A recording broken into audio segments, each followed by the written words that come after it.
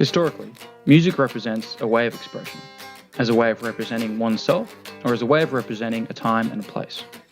Music has a way of freeing listeners from their physical environment, and nowhere is this impact of music more visible than in the documentary Rocking the Wall, directed by Mark Lee.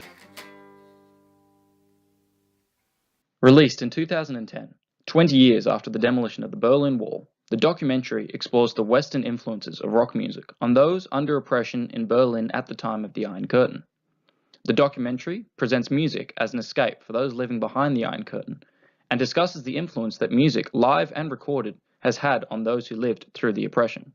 Radio Free Europe, a Beatles concert, live. And we all heard it, of course.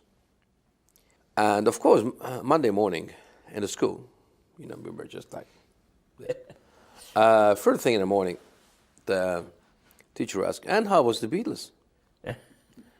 And who was not trained well enough by the parents, said, yeah, it was great. And three of our class was saying this. And their parents got picked up by the police on the very same day at the place where they were.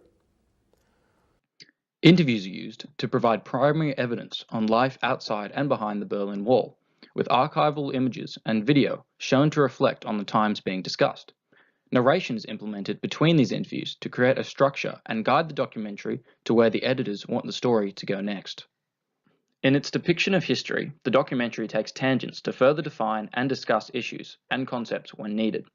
Because music is so heavily involved, the documentary chooses to show rather than tell with its explanations, using the musicians they interview to demonstrate what they're talking about on instruments provided. Then you have rock and roll, which will just take all of it and put it together.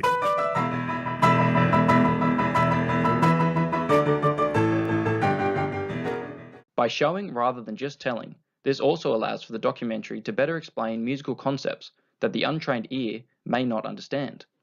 The documentary also films new footage to visually aid what is being said in the interviews. We would be given brushes, buckets and everything, so we would scrape and clean the signs of the rotten capitalism that were displayed. When in the room with these musicians, the camera is dynamic and moving, often showing two angles of the interview at once. Straight ahead like that, classical music is very precise and has very little ornamentation. What I mean by ornamentation is when you hear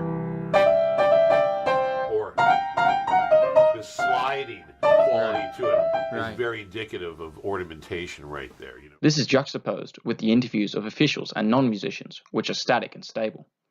This can be seen as a metaphor to the free and experimental nature of music, allowing those who listen and play to break free of the common restraints of their environments. In conclusion, this documentary depicts the concept of music as an escape from the real world in a fun and informative way, achieved through primary anecdotes provided in interviews and distinct visual displays of what it's like to participate in live music. I hope that in the documentary that we make, we can also be as engaging and reflective when exploring the importance of music.